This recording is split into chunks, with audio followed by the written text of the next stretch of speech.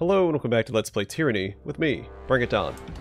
Off camera I filled out our extra spell slots we got last episode. My main character and Verse have Searing Palm now, Barrack has Frozen Grasp, and Lantry has Healing Wisps, and I replaced Withering Cloud with Vital Body. That fight with the Scarlet Chorus last episode has me a little concerned I might not have enough sustain. So for now I'm going to take the cautious approach and bring some extra healing. Also, we're under the effect of the Edict of Stone. Tremors and earthquakes plague the region. Periodic rumbles and shifting cause characters to fall prone in combat. All characters have stone magic skill increased.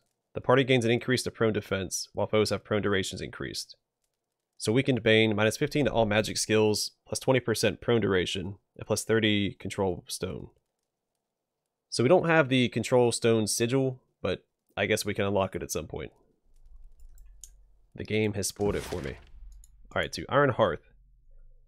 This massive fortress is perched atop the edge of a tier that helps form the Bladegrave's northern border. Graven Ash took the ancient castle during the conquest, and now launches all Disfavored operations from this well-defended location. It'll take you... well, I don't need to read that. To Iron Hearth. Gonna say hello to our Disfavored buddies.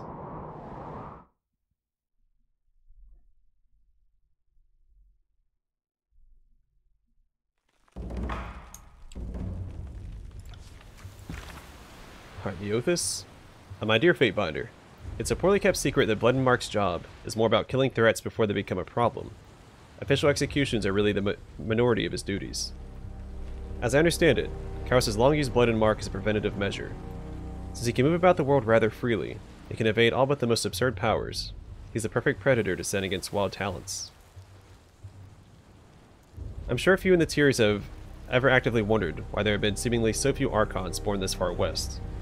I'm sure folks with the potential to be Archons have occurred in the tiers time and time again, but they're usually cut down by Mark before the world hears of them. It's likely safe to assume Blood and Mark has his eye on you, and has orders to use his own judgment as to when to strike. I've known the old man for ages, and I strongly encourage you to not try to appeal to him with overt displays of loyalty. He has no stomach for sycophants. I sincerely believe he thinks every human being is a selfish, twisted knave, and there are those who are lying about it, and those that accept what they are. No third type exists.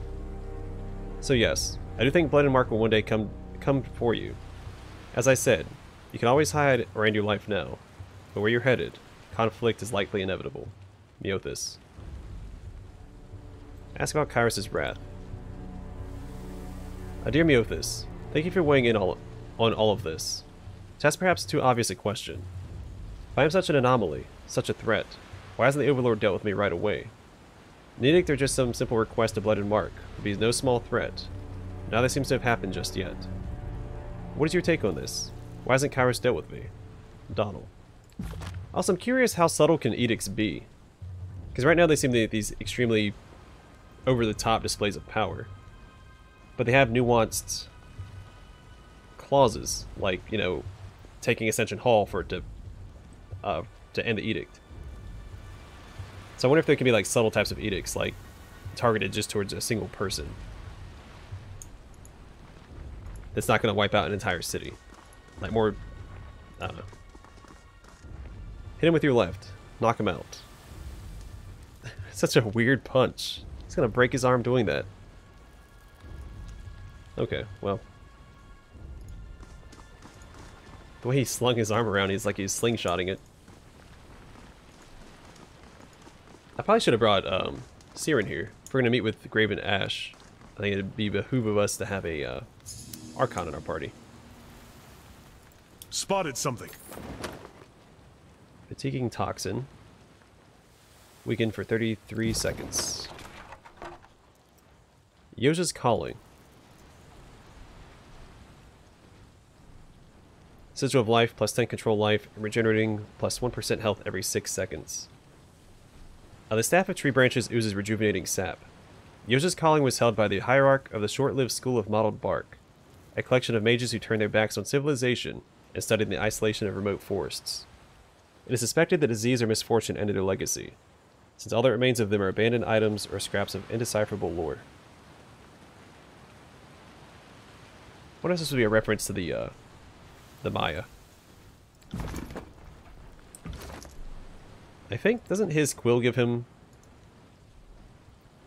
+10 to control life? So technically the staff is better. If I equip the staff, he can't use his abilities. So let's try it real fast. So I want to use Quill Strike. Is he going to swap to his other weapon? Can't do that. Sorry, can't do that. The staff is better. I just don't know if it's worth... Hold off on that for now. I'll figure it out later. Elixir of Resolve. Wait, it doesn't have a,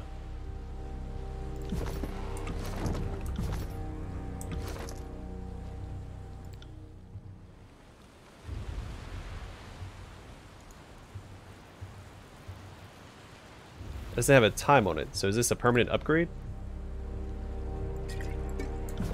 I'm obviously going to give it to my main character. I'm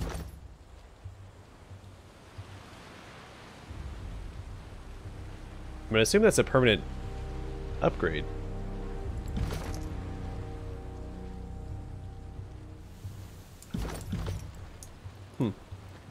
Interesting. Welcome to Iron Hearth. Well, thank you. Moving cautiously. Alright, Achelos. Greetings, Fatebinder. Achelos, 32nd Legion. The soldier salutes. Medici Tunon's agent grace Iron Hearth. Ash's troop has no lack of order, but a servant of the court is always welcome. Between our missing commanders and a Scarlet Course lieutenant pinned down, I'm afraid we have our hands full. I suppose I can spare a moment for conversation. Oh, you need something from me? Tell me about the Scarlet Course lieutenant. Seems our troops have this little maggot of a Scarlet Course lieutenant cornered over at Kaido village. From what I'm hearing, it's the same guy who's been ransacking our caravans the past few weeks. If I wasn't already handling something for Ash, I'd go and skin the filth myself. You being here simplifies matters. Make sure this lieutenant doesn't leave the village with his life. I will handle it. Good of you to pitch in. No more than the loss of one more chorus rat. He marks the location on your map. I have questions before I go. Not a problem. What do you need? Naturally, you have my undivided attention. Where were you during the conquest? You could say I've seen the tiers from top to bottom. I dug latrines at our encampment at the Gates of Judgment. Then my promotion sent me to Lethian's Crossing. Got to a few rows with the Bronze Brotherhood. Not a pretty sight. Then I had a brief deployment in Apex, but the fighting was winding down around when I arrived. After that I did a tour of Stalwart, but I got transferred out before the edict tore everything apart. Tell me about your home in the north. I hail from Balmywell, a small hamlet far west of Kyros' capital. It's nothing glorious, but I can trace 6 generations back there, so it's home. Hope to return there someday with a heap of tales, rings, and renown. Once Graven Ash gave me his favor, recruited me to join the army, my family went from respectable farmers to elite folk, better regarded or respected than darn near anyone. They must be doing well for themselves. And how did you join the Disfavored? Ahead of the conquest, Graven Ash sent recruiters to all the outlying towns, looking for worthy talent. The village held a tourney and melee to demonstrate our local muscle. Nothing fancy, mind you. It was mostly fighting on hay bales with wooden spears. I had the distinction of toppling even the biggest contender. A familiar tale, and one after my own heart. Beric nods with respect. It's a good thing I succeeded. I'm more useful to Kyros on the field of battle than a field of wheat. Alright, farewell. On it. Alright, always dead, or halfway's dead, and Alfonso. His favorite soldier chuckles with disdain at the Scarlet Chorus fighter. Consider it, not for a second. We pick our soldiers from elite northern families. We don't recruit from flies buzzing over a mass grave. Are the Disfavored so narrow-minded?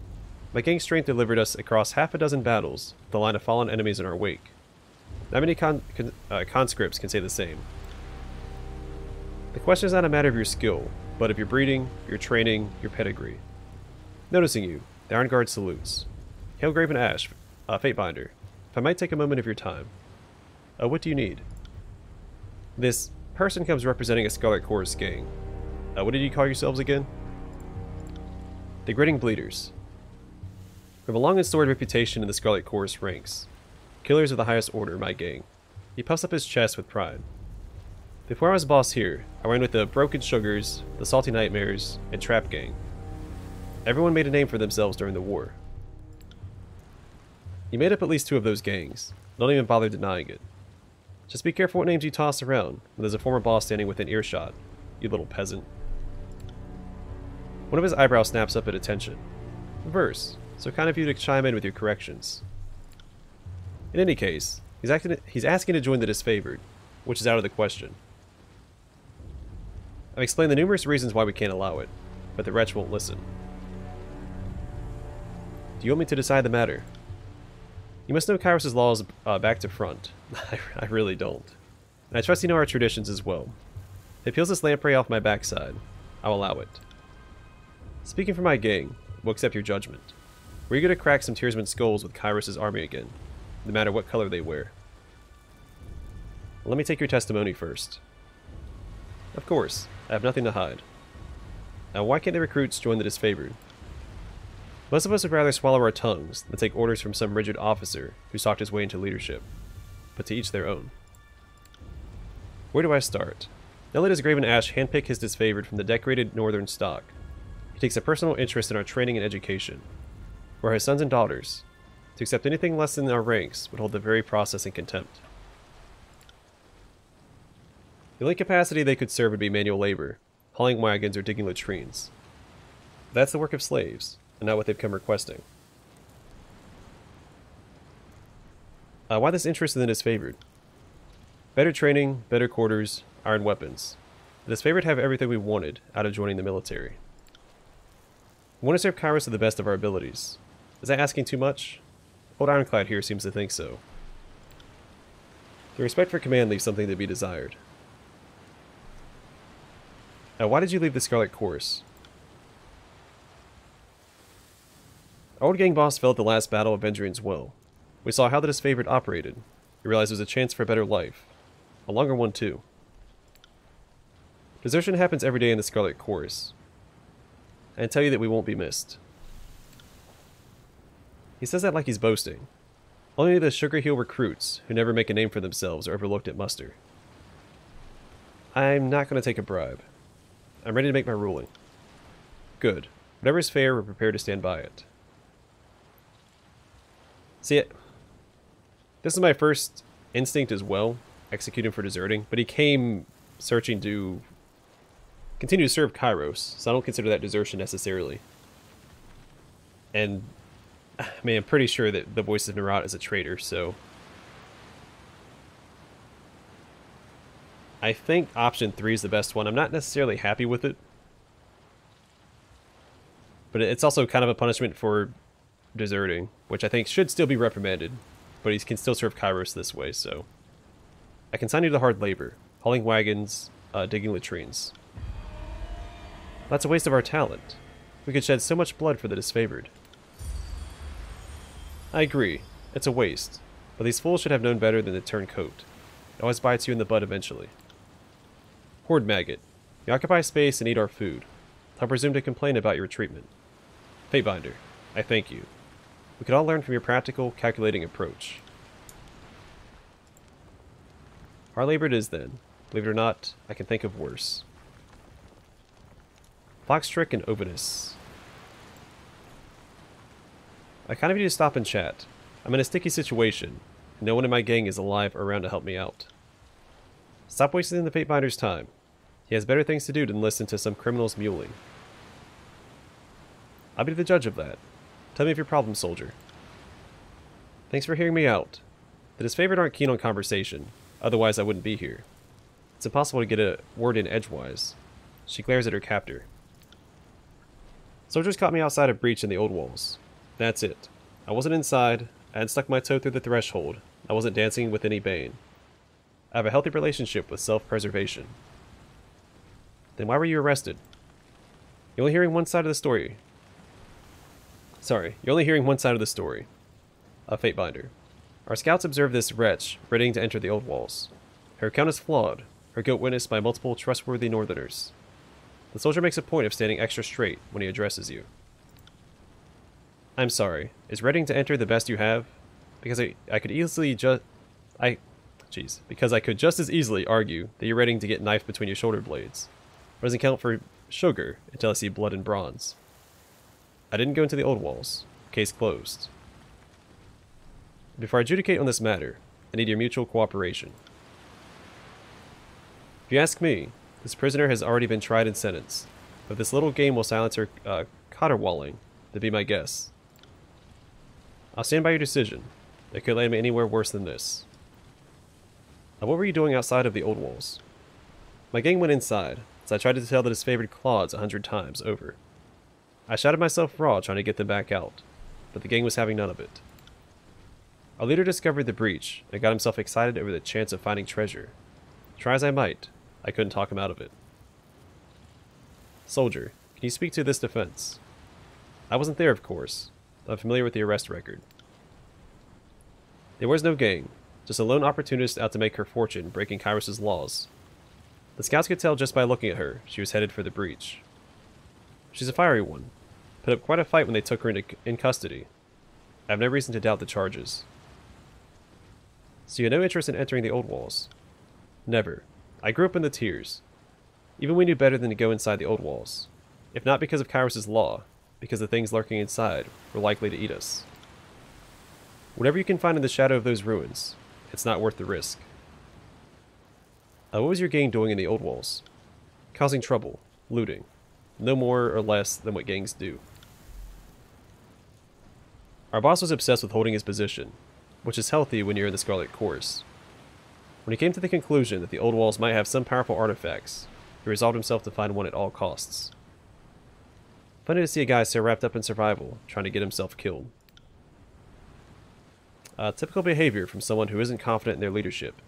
Makes for a nice self-fulfilling prophecy when their own gang takes them down. See, she understands. Clockstrick bows the verse.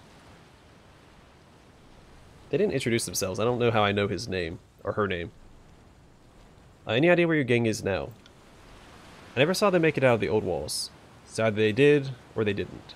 My money's on the latter. If they made it out, they aren't wasting their breath trying to find me. So screw them.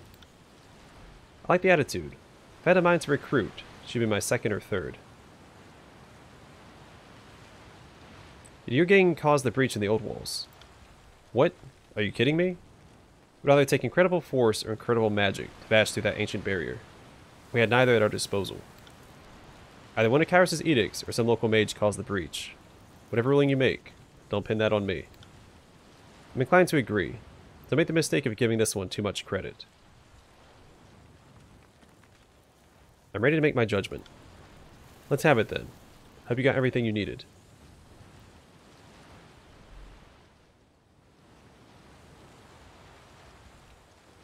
At the very least, the evidence is insufficient to prove the charges. You're free to go.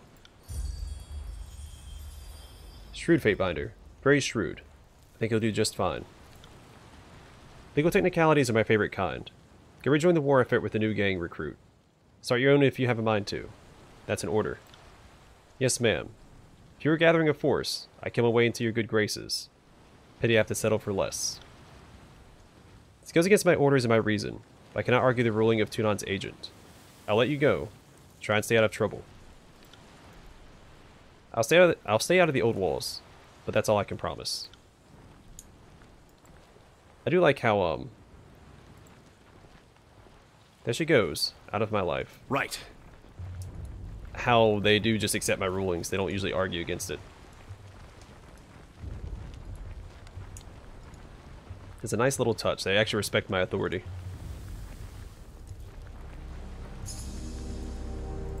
Interesting.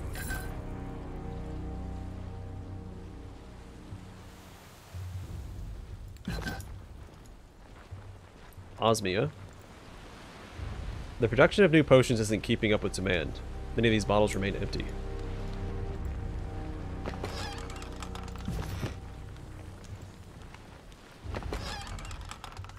Good to see you, Fatebinder. Hope you're representing the disfavored wolves out on your adventures. Mostly. I don't think they like what I just did. I'm fine. Can't do that. Alright, let's talk to Zephylos. Even though you're not a fully fledged disfavored recruit, I've been authorized to grant you purchasing rights from our store. With certain limits, of course. Would you like to see what we have to offer? What limits are those? It's nothing personal, I assure you. Gravinash wants us to control our supplies, without restricting access to his army supporters like yourself. The finest arms and freshest provisions are reserved for the soldiers under his direct command. I'm sure you understand. The Archon takes our protection very seriously. Is an agent of the court not deserving enough? The soldier hesitates. As Tunan's vassal, I'm sure you're afforded certain luxuries that don't extend to us. The same goes for the disfavored. Archon Ash recruited us from the Northern Empire, so we're subject to his favor. Such is his right. The quartermaster scratches the back of his head. This is going to generate fear or wrath with the disfavored.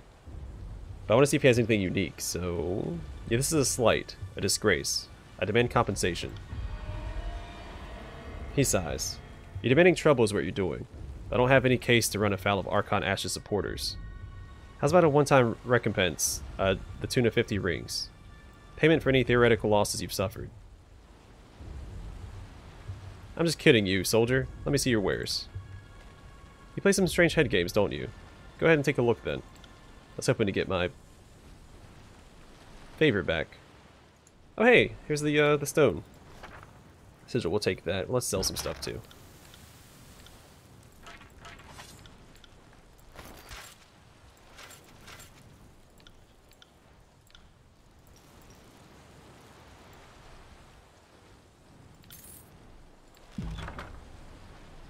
So Binding Oath. Martyr, heal nearby allies when defeated. Ally.self AoE 46% health. This was a dagger formerly attributed to the decorated veteran Lothus Amberden, an Evocadus who died with no living heirs. His armor and weapons were restored to the Legion and given out as rewards for showing distinction in the protection of one's cohort.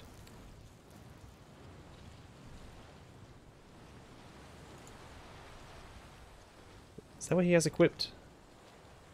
Yeah.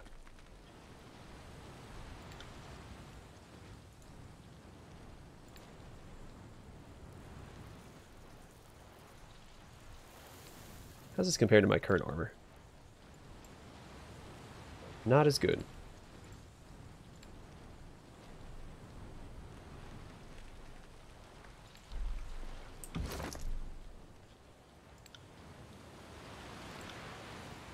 Forgot where the oh, here it is. Let's talk to Osmia. Miss me, the Fate Binder of Tunon. The disfavored Iron Walker bows. Welcome to Iron Hearth. I'm sure that Graven Ash appreciates any help you can offer. Circumstances have a way of coming together, so the disfavored are always stretched thinner than we would like. What can I do for you? Why are the disfavored so overworked? Shrubs her palms together and frowns. We're trying to shoulder the brunt of this civil war, without the strength of numbers. The Scarlet Corps can throw 1,000 disposable bodies at an issue without a second thought, but we're forced to be a little more discriminating. We might be trained to deal with the stress of combat and all-night drills, but we're fatigued even by the high standards we set for ourselves. She studies you in a cautious manner. Not that I need to burden an agent of the court with my misgivings. Once the war is over and the tears are properly subdued, my hope is that Kyros dispatches some relief troops to support the occupation. We all deserve a season of rest. The court is always receptive to the needs of soldiers. Your point is noted. That's very generous of you to say, Fatebinder. I'm grateful to know that someone is listening. A nervous smile brightens her expression. Where were you during the conquest? After the Edict of Storms hit, I spent some time among the ruins of Stalwart, digging out survivors from the Legion. Afraid I didn't find much. She glances up at Barrick. You must have moved on by then, or else we would have assembled a team to excavate you. My prison moved with me. There was no reason to tarry. He bows his head respectfully. I still think about the brothers and sisters we left behind. Sometimes I can imagine that I hear their voices carry on wind. I'll be on my way. Let's look at our new spells. So flesh to stone. Could an enemy in rock and earth petrify them? This spell is very inaccurate. Okay. Stone Spike. Draw a jagged spike of hard stone from the earth and send it flying towards a foe. The spike interrupts the target and deals pierce or crush damage, whichever is greater. Gift of the Golem. Can target from head to toe in large earthen slabs of rock. On this form, movement is restricted, but armor is greatly increased. So this is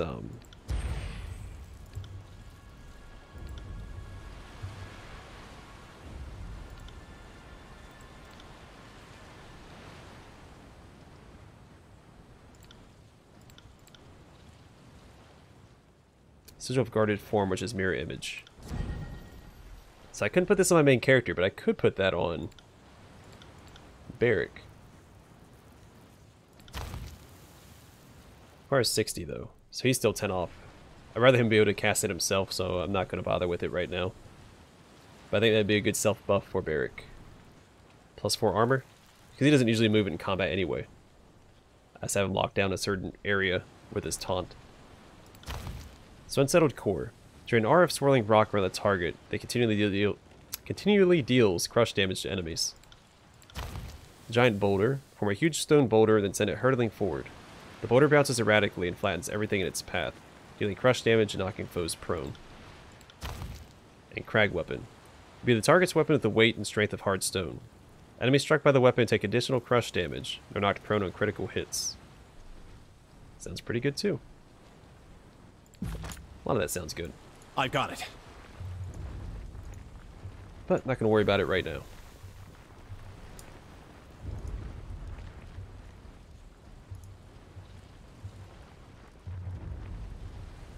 There's Graven Ash. Let's not talk to him yet. What does that say? These reports list all known Scarlet Course outposts and strongholds, as well as troop compositions. It's safe to assume that Graven Ash has his own eyes and ears within the ranks of his enemies.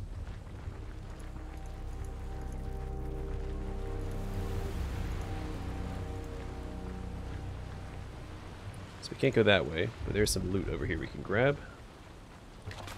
Some cheese. Well, thank goodness.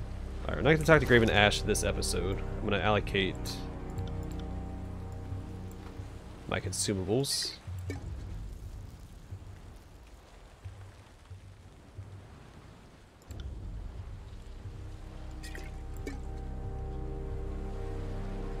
I think that's it for now. On it. Let me go over here and check real fast. You didn't There's no see hidden nothing. objects. Can't do that. So never be too You safe. didn't see nothing.